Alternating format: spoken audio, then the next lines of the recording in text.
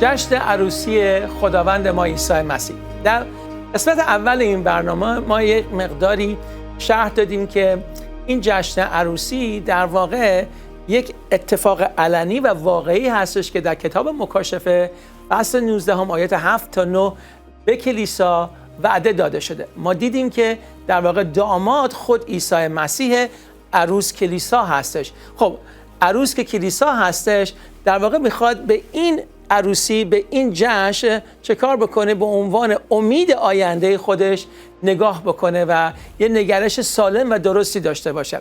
چرا این جشن عروسی باید هدف عالی و کامل کلیسا قرار بگیره؟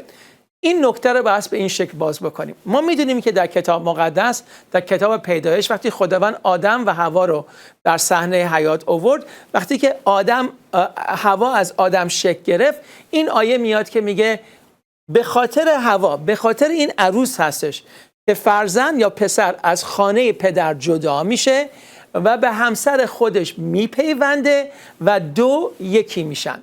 در نظر بگیرید که اگه جشن عروسی قرار باشه که بین ما و خداوند ما عیسی مسیح قرار بگیره، در انتها همین تصویره، یعنی دو یکی میشن. ما میدونیم که عیسی مسیح خود خدا هستش، هم در روح هم در جسم کمال خداوندی در خود مسیح قرار گرفته. پس ما که خدا نیستیم در جسم نه در روح، با این حال با خود خداوند در زمان ازدواجمون یکی میشیم. پس در انتها وعده‌ای که به کلیسا داده شده، جایزه تمام زندگی ایمانی ما، پاداش زندگی که چیه؟ با امانت و روحانیت و تقدیس انجام میشه، این عروسیه. و در انتها در جشن عروسی هستش که من و شما با خود خداوند یکی میشیم. تصورش برای ما سخته، باید توش تعمق بکنیم. داره خداوند چی میگه؟ آیا من به عنوان مانی عرفان میتونم درک بکنم که چه وعده عظیمی به من و شما داده شده که یه روزی با خود خدا یکی میشم؟ کلام اینو میگه، دو یکی میشن. پس در واقع وعده‌ای که خداوند به عروس خودش داده اینه که در اسانس، در ذریتش، در شکل و شباهت کاملش، در خودش خداوندی خدا رو به خودش میگیره و این وعده ماست، این پاداش ماست. برای همین هستش که باید از این جشن عروسی مبرا نشیم، جدا نشیم، دور نشیم، مبادا که به این جشن عروسی دعوت نشیم.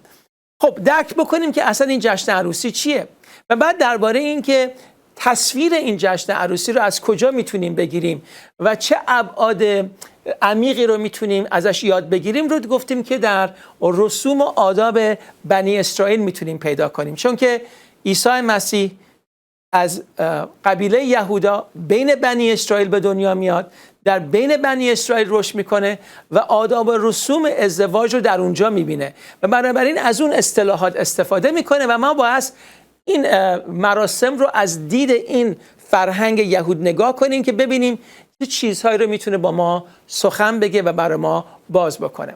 در جلسه قبلی گفتیم که مراسم عروسی یهود شامل 3 قسمت میشدن. قسمت اول در واقع مثل یک عقدنامه هستش، مثل یک قولنامه هستش، ولی در واقع چیه؟ 2 نفر به همدیگه قول میدن ولی رسمی نیست، بلکه یک چیز غیر رسمیه. 2 نفر به همدیگه وعده میدن، قول میدن که متعلق به همدیگه در آینده خواهند بود، با همدیگه ازدواج خواهند کرد و این رو در کلمه عبری میگیم شیدوکین. و خیلی جالبه که یکی از کارهایی که عروس و داماد آینده بعد از اینکه یه قول رو به همدیگه میدادن میکوا بودش. میکوا یعنی تعمید و در واقع هر دو شخص تعمید میگرفتن برای اینکه به همه نشون بدن که یه عهدی بستن با دیگری، که وعده دادن به دیگری که متعلق به او خواهند بود. عیسی مسیح در فصل 3 متی به دست یحیای پیغمبر تعمید پیدا میکنه. اون تعمید رو ما در داماد میبینیم. ما هم بعد از اینکه باور و ایمان میاریم تعمید میگیریم و این تعمید در واقع برای ما یک اعلام اجتماعی هستش به تمام دیگران، به تمام دنیا که ما خودمون رو چیکار کردیم؟ وعده دادیم به عیسی مسیح که او خداوند ما هستش. اون انسان قدیمی مرده و حالا این انسان جدید خودش رو چیکار کرده؟ وعده داده، متعلق میخواد بکنه به دامادش عیسی مسیح. قسمت دوم برنامه ازدواج یهود رو ما شرح دادیم که یک اصطلاحی به نام نیسوئین اصطلاحش اروسین هستش. اروسین و اروسین در واقع زمانی هستش که شخص علنا یک قولنامه‌ای رو، یک قراردادی رو امضا میکنه. در این زمان هم زن و هم شوهر، داماد و عروس وارد یک مراسم رسمی میشن و وقتی که در مراسم رسمی قرار میگیرند میان و این کتوبا که در واقع قرارداد هستش رو امضا میکنن. در کتوبا در واقع این قولنامه‌ای هستش که شوهر میده که وظایفی که نسبت به عروس داره رو چه کار میخواد بکنه، چه وظایفی داره. این قولنامه رو در واقع به عروس میده. خیلی جالبه که در کتوبا عروس نیستش که قولی رو میده، بلکه داماد هستش که چه کار میکنه، قول خودش رو مینویسه و در اونجا هر دو امضا میکنن. قولنامه امروز ما کتاب مقدسه.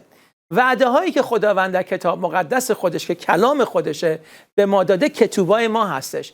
امروز ما اون رو میتونیم به عنوان قولنامه شوهر آیندهمون استفاده کنیم. وعده هایی که خدا درش داده، قولی که داده که من تا ابدالآباد شما رو دوست خواهم داشت، شما رو رها نخواهم نمود، یهوه یارا یعنی فراهم کننده شما هستم، محافظ شما هستم، مدافع تو هستم. اینها بر طبق نام خداوند ما در کتاب مقدس ما داده شده. فراموش نکنین که نام خدا هستش که در کتاب مقدس در واقع بروز داده شده و بر طبق این نام هستش که خدا به عروس خودش، به ایمانداران وعده های خودش رو داده و خداوند نام خودش رو عزیز میدونه و بله اون بله هستش و نهشم نه هستش. پس ما در واقع این کتوبا رو داریم، این کتاب مقدس هستش. ولی جالبه که بعد از این که این قرارداد امضا میشه و مراسم عروسی داره علنا انجام میشه، دو تا اتفاق دیگه میفته.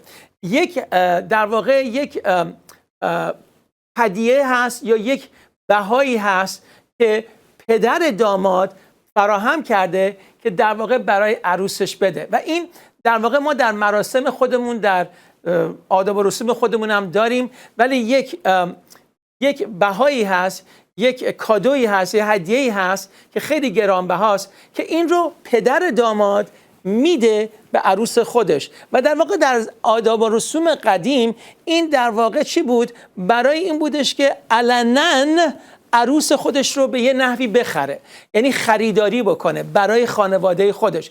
این در واقع ما امروز این رو در کتاب مقدس بهش میگیم مهار، ولی امروز ما این رو در بهایی که عیسی مسیح که پسر خداوند هستش رو میبینیم. پسر رو به عنوان مهار به عروسش میده. پدر خون عیسی مسیح رو به عنوان مهار برای بازخرید، برای خریداری عروس خودش پرداخت میکنه. اینو پدر میده و این مهار ما هستش و خدا رو شکر این جزوی از این قرارداده. این بعد دیگه این قرارداد انجام میشه، این مهار داده میشه و بعد داماد هدیه بعدی رو خودش به عروس میده که اش میگن ماتان. و جالبه که ماتان در واقع هدیه هستش که داماد به عروس میده. این هدیه هم که امروز حالا ما به عنوان یه انگشتر میبینیم، در زمانی که الان عروسی ها انجام میشه معمولا ماتان رو شوهر در مراسم یهود به عنوان یک انگشتر میده، ولی ما در عهد جدید این رو به عنوان چی؟ روح القدس میبینیم که وعده داده میشه به عنوان کادوی ما، به عنوان ماتان، به عنوان کادویی که داماد به خود عروس خودش میده. میگه این تسلی دهنده شما، این دوست شما، این قدرت من در میان شما. پس در واقع ما هم خون مسیح رو از پدر دریافت کردیم و بازخرید شدیم، این مهار ما هستش، و هم روح القدس رو به عنوان ماتان، به عنوان عروس از خود داماد دریافت کردیم. ما عروس خداوند ما عیسی مسیح هستیم.